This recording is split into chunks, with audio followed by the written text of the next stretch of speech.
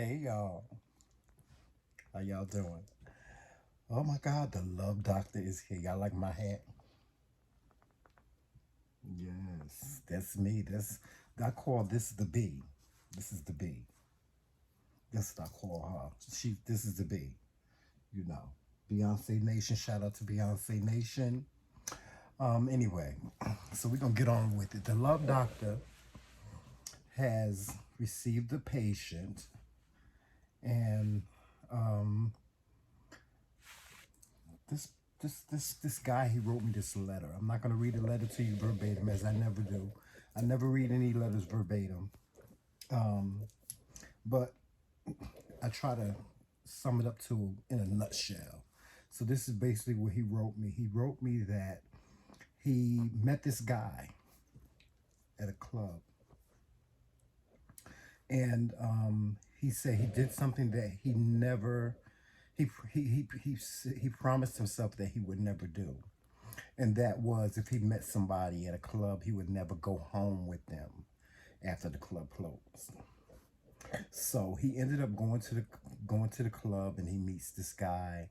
This guy and him, he said when he first saw him, he said their eyes locked, and they just spent the whole entire night, that whole entire night together, drinking and talking and dancing, and just hanging out. And he said when they got out of, when they left the club, when the club was, when he said they stayed until the club closed, until it was like closing time, like last call for alcohol. And he said he said people were walking out and leaving, they were turning the lights on and stuff like this.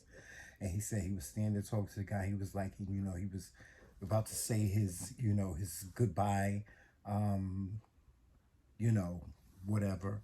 And he said, well, I really had a great time spending time with you tonight. And the guy said, yeah, I had a good time. I had a good time spending time with you as well. And he said, the guy asked him, he said, well, what are you going to do after this? And he said, well, I'm going to go and get me something to eat. I'm going to go to a diner and get something to eat. And then I'm just going to go home. I'm going to get something to go and just go home. And so the guy said, well, let's go to the diner together. So they went to the diner together, and they ordered breakfast, and they ate breakfast, and they talked some more. And he said they just really was vibing with each other.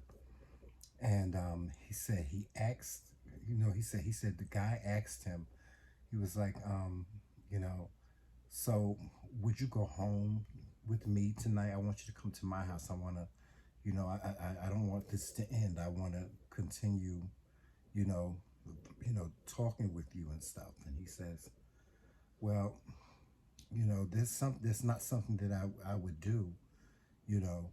And he said, it's nothing against you. He just said, that's not my style. And so, one thing led to another, and they were talking, and they was continuing talking at the table as they were having breakfast. And somehow he said the guy convinced him to go home with him. And so they went to this guy's house, and they got there, and the guy was very hospitable to him, made him a drink. And he said this guy had this beautiful, beautiful, like he says, sheepskin rug on his floor, and it was really plush. And so they decided that they would, have a glass of wine and just lay there and talk to one another. And that they did. They laid there, they talked to one another, they laughed, and they had more wine and had more wine, and one thing led to another, and they ended up in the bedroom. And he said that they ended up having sex. He ended up having sex with this guy. He said, and it was the most amazing sexual experience that he had ever had. He was like, he said he was mind blown. He said he saw fireworks and stars and stuff. He said this was the greatest sexual experience that he had ever had. And he said, morning time came, and he said the guy made him breakfast, and it wasn't a work day, it was a weekend, and the guy told him, he was like, well, I'm going to a family function, and you know, let's get back together. And so the guy was like, so he was like, yeah, I would love that, because he was like he was mind blown by the sexual experience, and he said I could not stop thinking about the experience, the sexual experience. And he went into a little detail and told me a couple of things about what the guy did to him sexually. But I'm not gonna get into that with y'all. Y'all use your own imagination. Just think about the most amazing sexual experience you've ever had, and that's what he had. Well, um, on his way home, he said he could not get this guy off his mind. He just could not stop thinking about him, and it compelled him to call him. And so he called him on the phone, and he just said, he told the guy, I was just thinking about you. I just want to hear your voice. And the guy was very, appreciative of him calling and saying, oh, wow, that's great. It's amazing that you're thinking about me. I was thinking about you, but I wasn't, I didn't want to bother you. And, they talked on the phone until he got home, and he got home, and he got settled in and stuff like that. And they ended the call with, well, you call me when you come you call me after you come for your family function, and we'll talk some more. Well, the day went by, and the day went by, and he couldn't stop. He said I could not stop thinking about this guy. He just was like on my mind all day. Everything that I did, I went to the store, he was on my mind. I went to the grocery store, he was on my mind. I went to get me some coffee, he was on my mind. He said I just could not stop thinking about this guy, and I could not stop thinking about the sexual experience. And he said the more he thought about it, the more in love he fell. He said, I felt myself falling in love with this guy. And so he sat by his phone that evening. He sat by his phone, and he waited, and he waited, and he waited, and no call. He waited. Nobody, no call, no call from this guy. Um, and he just continued to wait. And then he said probably about 1 a.m. that morning. He waited up until 1 a.m. that morning. And he said by 1 a.m. he realized that the guy was not going to call him. And he said he was so hurt and disappointed. Um, and, he said he cried about it. But then when he woke up the next morning, he said to himself, well, what am I crying about? He'll call me. He felt like he was being too desperate. So, he said maybe he'll call today. He'll call me today. Well, the day went by, no phone call, and he was hurt, crying again. He says that this went on for about a week, and he had the guy's number, and decided to give him a call. So he called him, and when he called, he said the guy acted like he didn't know him. Like he was like, "Who is this?" And the guy was like, "Who is this?" And he said, "Well, I'm such and such." And he said, "You don't remember me?" He was like, "Oh yeah, from last week," like as if it was like no big deal or anything like that to him. And he started to talk to him. He said they were having a conversation. He said in the middle of the conversation, the guy said, I'm not looking to be in a relationship. And, he was taken aback, of course, by what this guy said. He's like, what would make him say something like that? I'm not looking for a relationship. And so uh,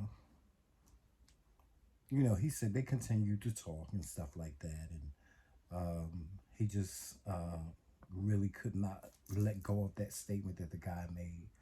And but he kept his cool. He said I kept my cool, and I kept quiet about it.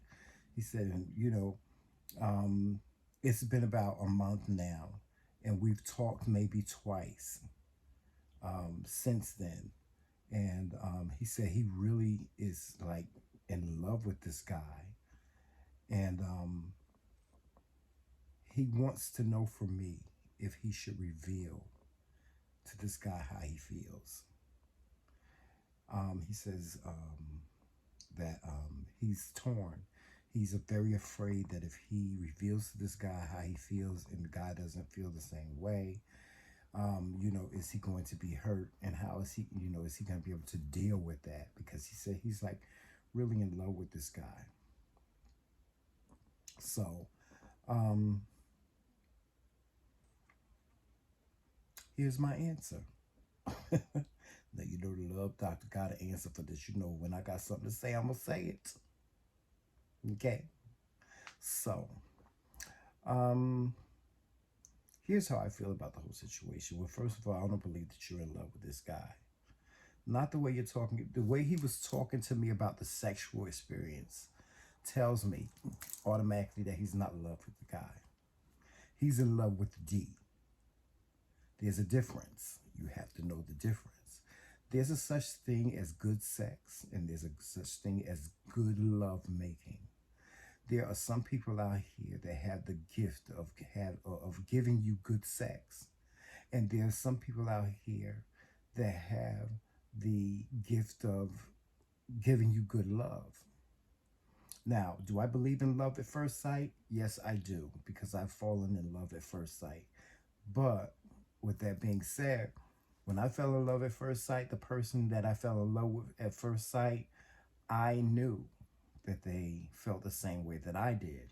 So there's a difference. You must know the difference, and you must know how to look for the signs when you feel if you should ever have that feeling. And all of us have. I think all of us have had a feeling when we met somebody. It was like love at first sight. You felt that at some point in time with someone. Um, I don't think you are in love with him. I think you're in love with the D, and here's why. Um, he whoever this guy was that you had this great sexual experience with, he knew what he was doing. I mean, he put it in you, and he put it to the left. Okay, that's what he did. He put it to the left, and he served you. That's what he did. He served you, Miss Thing. Yes, he did. He served you some good D, and that's what you are obsessed with. That's what you are in love with. Um,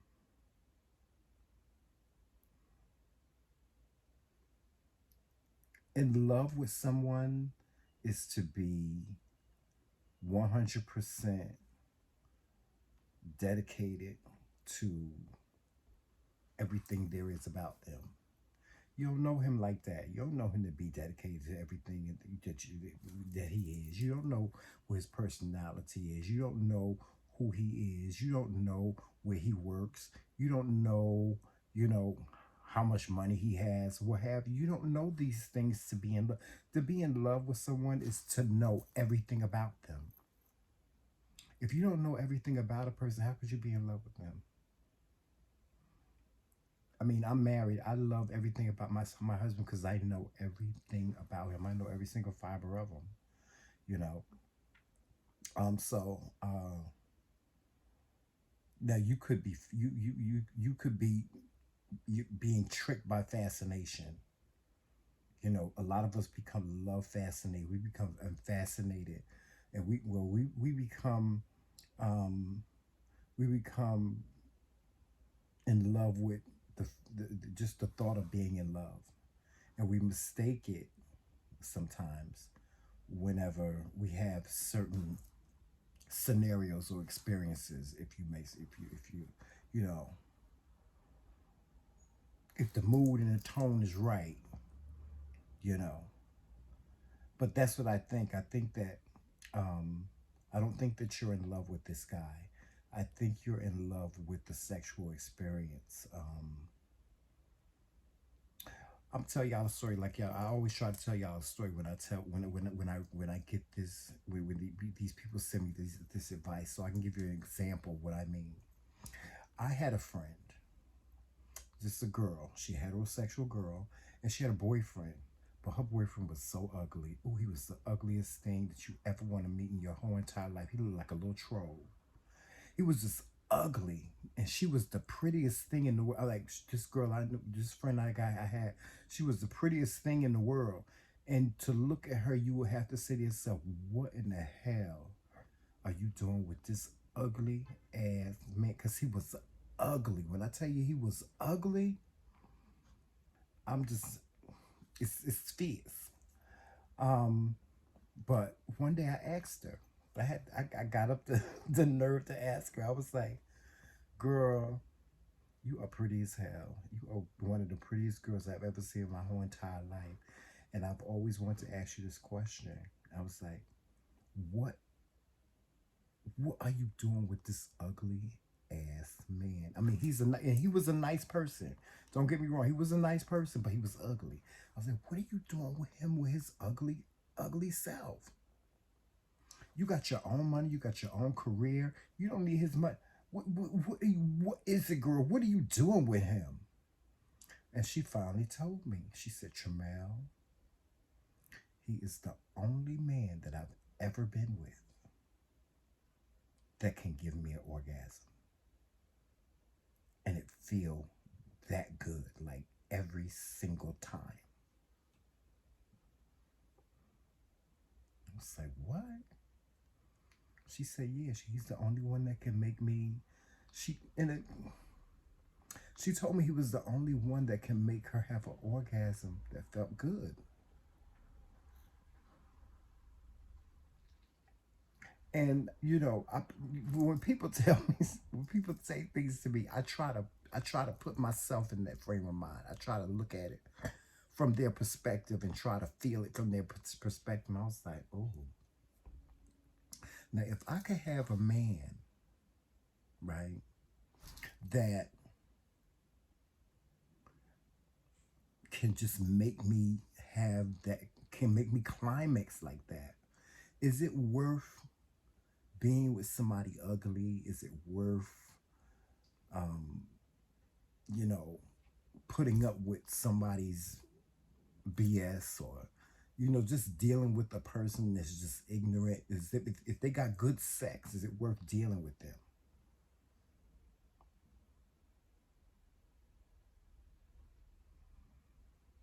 I don't know. I don't know. I don't know if I could do it. I'm not saying that I wouldn't. I'm not saying that I couldn't. I'm not saying that I have. But I don't know if I could deal with someone and just tolerate them just because they have good sex. Just because they give me good sex and they can make me climb. I'm not sure if I can deal with that. I'm not sure if I can still deal with that person on level. Like if it was a drug dealer or somebody that beat on me or something like that. I don't know. I don't know. I don't know. Um, I think you really need to sit down and really think about how you really feel about this guy. Was he just someone that you had good conversation with, and the sexual experience was really good, and that's all it was supposed to be? Have you thought about that? Um, if he's come out and told you he's not looking for a relationship, then if that's something that you're looking for, then you're definitely not compatible, because that's not what he wants. Um,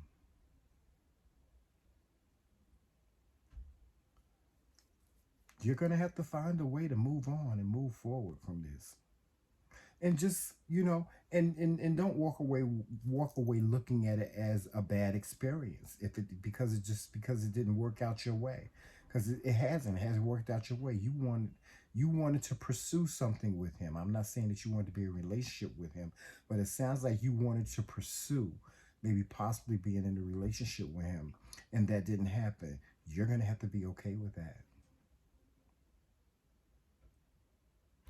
and do that. Do that. Be okay with it. Um, are there some things that you're gonna have to get over? You might. You might have to just get over the fact that he doesn't feel the way you feel and be okay with it. You have to be okay with it.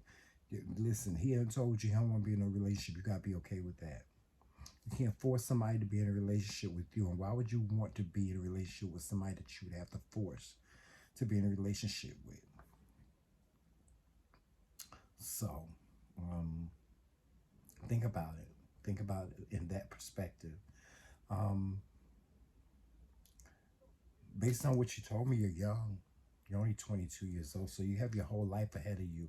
There are going to be plenty of relationships. Plenty of relationships. There are going to be plenty of guys that are going to be interested in you. There are going to be plenty of great experiences interacting with other guys and stuff like that. Because, you know, our world is not all of what people what guys say it is, because I hear so many young guys say men ain't shit, men ain't shit, but there are some that are out there that are really good. You just have to just be patient and know the signs, and um, you'll get what you want out of a relationship eventually. You'll get it. And when you do get it, just cherish it, and you know, don't take it for granted. That's all I have. Y'all make sure y'all watching us on all social media platforms. Of course, you know what those are. Please donate to the McCraeKingz platform by sending us a cash app or a super chat. A cash app. Our cash app is in the description of this video and will be in the about section of our channel. Please make sure you hit the like and the subscribe button as you go out as well. Yeah, that's it. Also, don't forget to tune in on Sunday nights at 8 p.m. for the King's Council, featuring myself, His Majesty Joseph, and His Majesty Whiskey Blue, for all hot topics and current events and everything else. Join the McCraeKingz page by hitting that join button that's at the top of this video, or if you don't see it, just click the link and you'll be able to join as well. Also, don't forget, we do have a boutique. You can get our merchandise by just clicking the link in the about section. It'll take you directly to our McCraeKingz boutique, or you can just Google McCraeKingz boutique and our boutique will come up as well. All right. For all comments and questions, please email us at TheMcRaeKingz@gmail.com. That's KINGZ, TheMcRaeKingz@gmail.com. Or you can either hit myself or Joseph up on Instant Messenger. We're always available. If we're not, just leave us a message and we will talk to you soon. With that being said, I'm out of here. You guys walk in love, peace, sunshine, and happiness. And always remember, it's Team McRae all damn day. Talk to you soon. Bye-bye.